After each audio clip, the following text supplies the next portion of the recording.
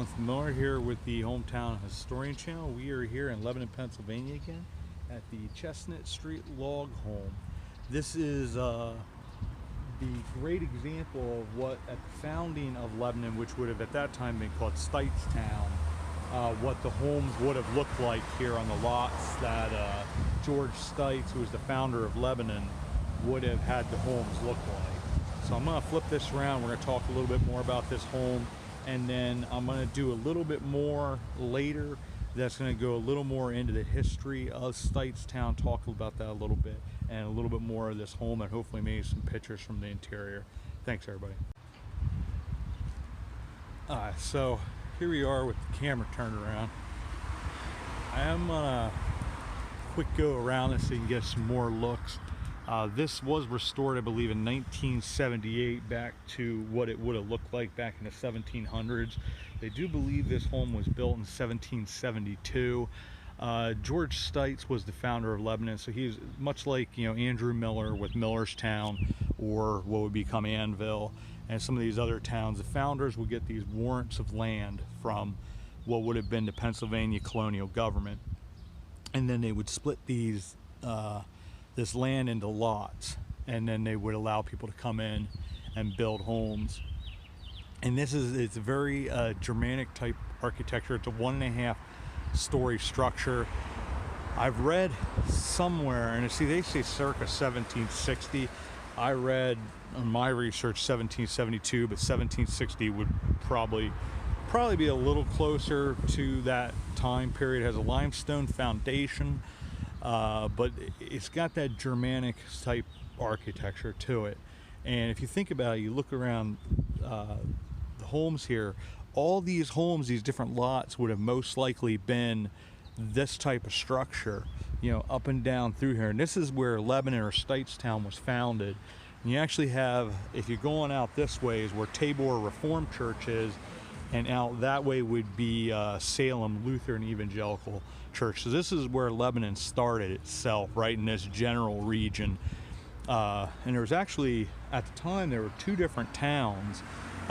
There was Hebron, or Hebron, where we went to the Hebron Moravian churchyard, or the cemetery there, because there's no longer church there anymore. But Hebron was actually the bigger of the two towns, but eventually Stites-town just, you know, grew up quite quickly, and eventually wound up becoming Lebanon and overtook Hebron, and then the whole town became Lebanon then.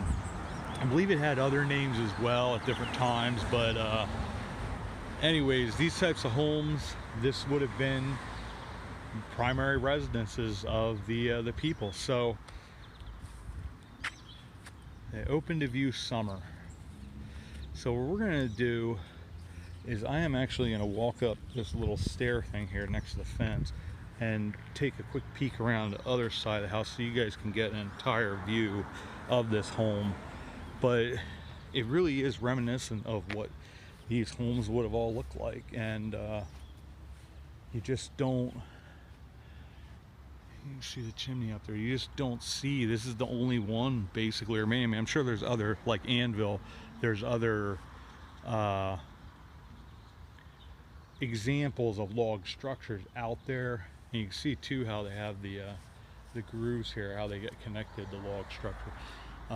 Like Annville, they're all covered with facade now and that type of thing. And eventually, as you see, the brick structures would have taken over in probably mid-1800s, the Victorian era. And but this is one of the old style log homes. So we're going to talk more about this. There's a little bit more in the history, a little bit more about George Stites and Stites-town, and then we'll also talk how it eventually became Lebanon, and how he actually warranted land to Tabor Reformed Church and also to the Salem Evangelical Lutheran, and gave them land for their cemeteries and for the churches. So with that, we're going to head out, and we'll be back with you in a second. Thanks, everybody. Hey, everybody. So I wanted to give a little bit of information more on this Chestnut Street Log House. Part of the history I wanted to give is Stites-town, Lebanon. What would become Lebanon, this area was originally inhabited by a number of the Susquehannock Native American tribes, the Lenape and Nanticoke, and there were several others. A man named George Stites got a warrant for land.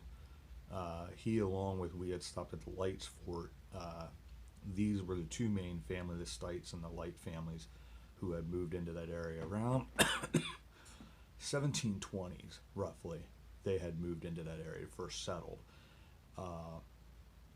Now, George Stites didn't start really dividing the land up into lots to create what would be called Stites Town, which was next to a creek that they renamed Stites Creek, until they said maybe 1753, but the town itself, known as Stites Town, was founded around 1740. Now, this particular house, they feel, dates back to about 1760 in that general region. I had read that somebody had said, I think it was like 1778 or 1782, but they believe more 1760.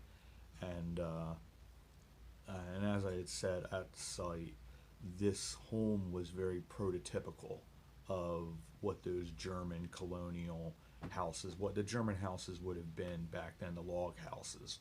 The construction was very much what they did with German architecture, because these were primarily German immigrants that moved into the area. And but it remained Stites-town for quite a while, and excuse me, and then eventually, I believe, became incorporated as an actual town or city, and I believe it was early 1800s, and then Lebanon County became Lebanon County, because you had, I'm doing a video on Pennsylvania historic marker for Lebanon County. I believe it was 1813 when that officially became Lebanon County, because up to that point, if you look at the maps, the colonial maps of the states, a lot of them, like Pennsylvania and there's different ones, Virginia especially, the ones that the land only went so far over, it was part of the major reason for French and Indian War was the disputed territory, because the fur trade was the major money maker. And trees, of course, were very important for the navies and those types of things to have those tall, straight trees for the masts, for the big man-of-war ships. So, all that land was disputed, which was a major region between the French and the British of who actually owned that land. But the states, if you look at the old colonial maps, they just sort of go off into the distance, because there wasn't necessarily territories like once we bought the Louisiana Purchase. Then that was a territory that we owned from the French. But at that time, it just sort of went over. And the same thing with sort of the counties. You had Berks and Lancaster County that just sort of went over and across. And Lebanon and Dauphin County at that time did not exist. So Lebanon County began its existence in 1813, and Lebanon City was the county seat. Now, it was called, like I said, it was called Stites-town for quite a while, and it was in that area. If you're familiar with Lebanon, the area of like Walnut, Chestnut Street, 10th, 9th, in that area, that would have been, this is roughly between Chestnut, I believe it's between 10th and 12th Street in that region. So, if you, like I said in the video earlier, if you just imagine all those brick houses would have been like those German log structures. And this one in particular which I'll have pictures up, and I'll talk a little bit more in depth about the house a little bit. It was a 3-room structure layout plan, and then they had that half story would have been another sleeping quarters, and then they'd have like a little bit of an under basement. That would be where they could refrigerate. I mean, they didn't have refrigeration, but that would be where they could keep things cool throughout summer and all that.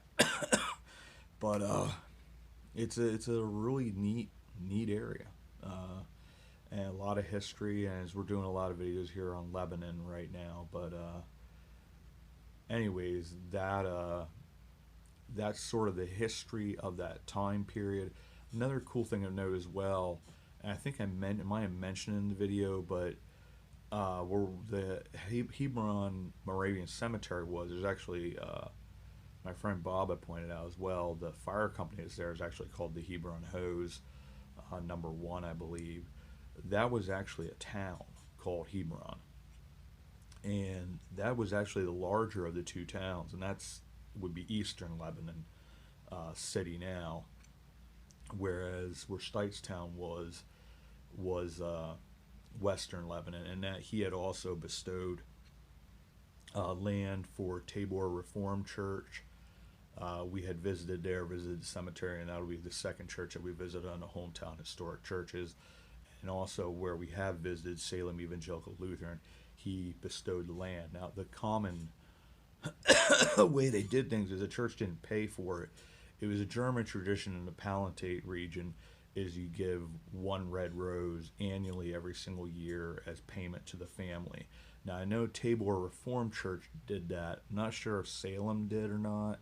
I'd have to research that more, but that we had visited a church, Talpahawken Reformed Church over near Millardsville is the town, but it's east of Myerstown, a little west of Stoutsburg.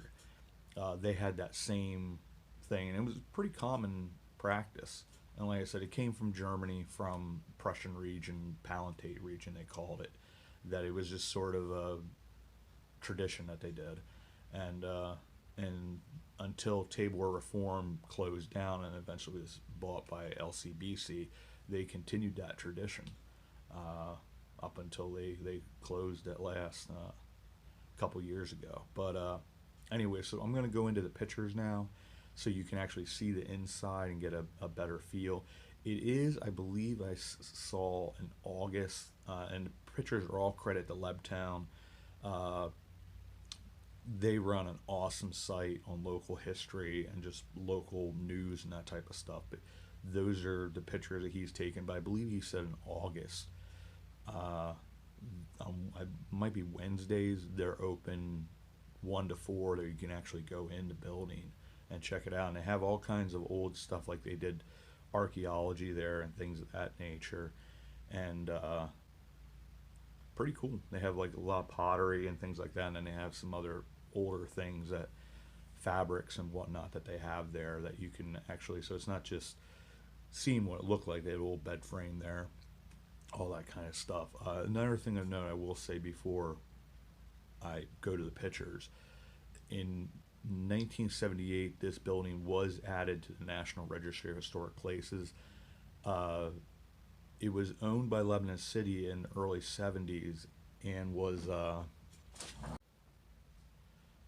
owned by the city of Lebanon, and it was actually scheduled to be demolished. I guess there had been several garages on that property as well, and a gentleman he had a lot of knowledge of log structures. He actually asked, can I go in and sample, because I believe this has a lot of historical significance and is much older than we realize, because you had a lot of log structures still going into the 1800s, but this is from basically the founding of the town, and it was the last of its kind in that regard. So he went in, sampled next to the chimney, and it was King's timber from the colonial period, and he really stressed the significance historically of this place. Thankfully, they decided we're going to preserve this place because this is a major part of our history, and I believe they had to get a couple different grants. I think the first one was like $14,000 called Walking Around money that they put into taking this back to its original time, like what it would have looked like in the colonial times, and restoring it and fixing it up. And thankfully then they went and applied for the status for the National Registry of Historic Places. We've talked about that in the past.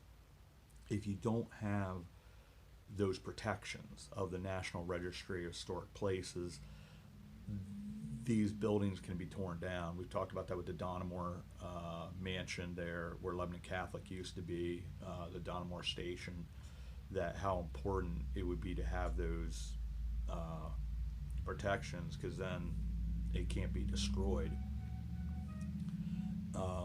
They also have the one Coleman chapel along 422 there that didn't have protection, but thankfully somebody bought it that's going to move it to another location, and rebuild it as it was so it's protected.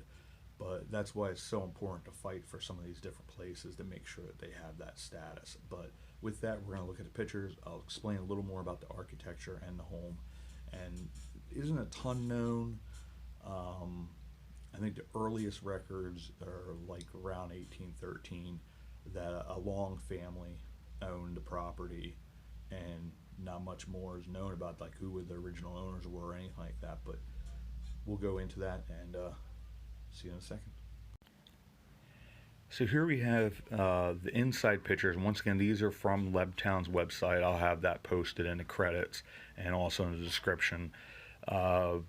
This was a 3-room plan. It was a living room, the parents' bedroom, and then a kitchen.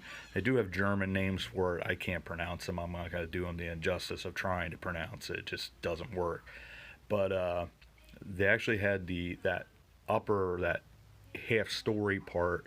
That would be where the older children would have stayed. And then there's also that basement area that they would have kept things that they needed to keep cooler, that they wanted to have last. And they say refrigeration, but it wasn't refrigeration back then, or whatever it would have been. Maybe they would have been able to have ice or something of that nature down there. I don't know. But this was, I believe, around 1760. I had read other dates, and it's whenever you have something that's this old, you're going to have the dates. There's going to be confusion in that regard. The most important thing, though, is that this is very much the best example you could probably get of what these homes of the common man, German immigrant, would have looked like. Very emblematic of the architectural style. This is what the homes would have looked like over in Germany. So they brought their styles of architecture, building, and all that type of stuff with them, and this is a great example of that. Once again, as I said earlier, we really don't know who would have owned it.